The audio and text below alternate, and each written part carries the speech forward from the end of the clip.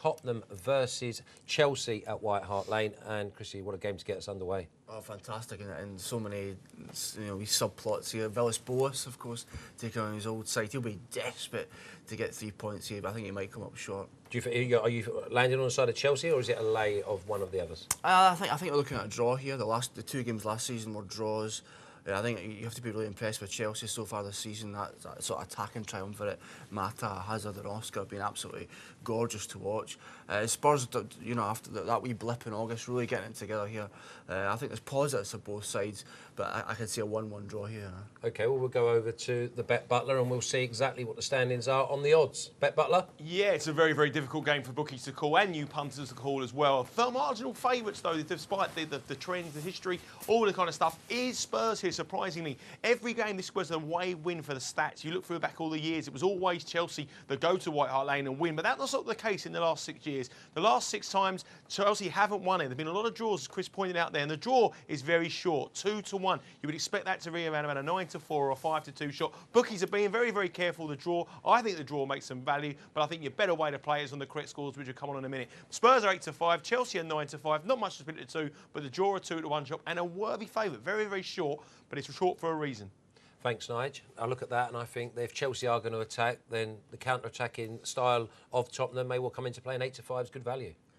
Yeah, definitely. I think I'm looking at the draw here. Just a couple other stats I meant to mention. Spurs haven't lost a London derby at White Hart Lane since 2007, over 5 years. So, but historically, Chelsea have got a great record against Tottenham in the Premier League. Spurs just won 3 times at the last 40. But like Nigel says, in recent times, they've actually struggled against Spurs.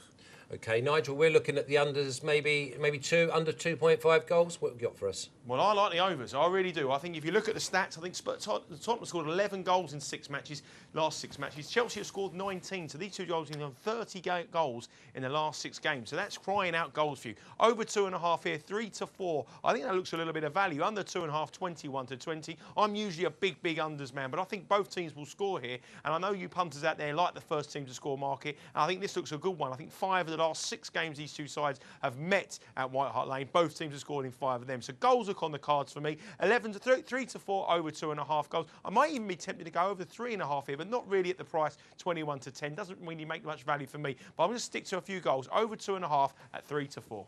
OK, well, that if you want to draw 2-2, 4 goals, go over the 3.5. But if you think like Chrissy Graham that it's going to be 1-1, then you have to go under. First goal scorer market, we're obviously going to be looking at Defoe, the likes of Torres, but Chelsea have a lot of goals from midfield, as do Tottenham. I've got an angle here, Flash, and it's Chelsea midfield, like you mentioned here. Juan Mata. Juan was he known the Spain side. I know, he's unbelievable. That's absolutely unbelievable, inexplicable. A man of that talent's known the Spanish national team. I appreciate it. It's a wonderful side, but probably one of my favourite players in the Premier League at the moment, and he'll be fresh, unlike a lot of players coming for big in the international break.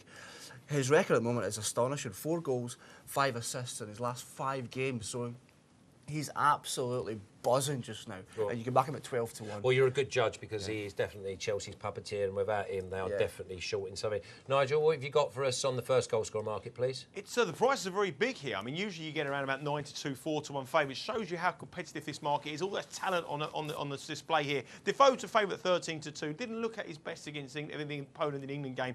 He's a 13-2 shot favourite. Torres is the favourite. Chelsea at 7-1.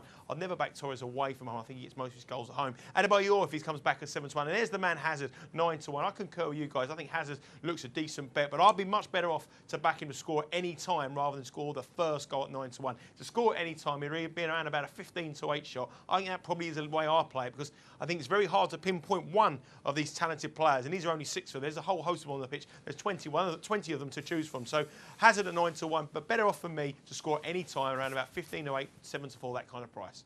Cheers, Nigel. I quite like the Gareth Bale at 9-1. He seems to be getting into his old form of picking the ball up and terrorising defences, takes free kicks, loves to counter-attack in play. 9-1 could be value. Yeah, he's fighting to watch. Obviously broke my heart last Friday.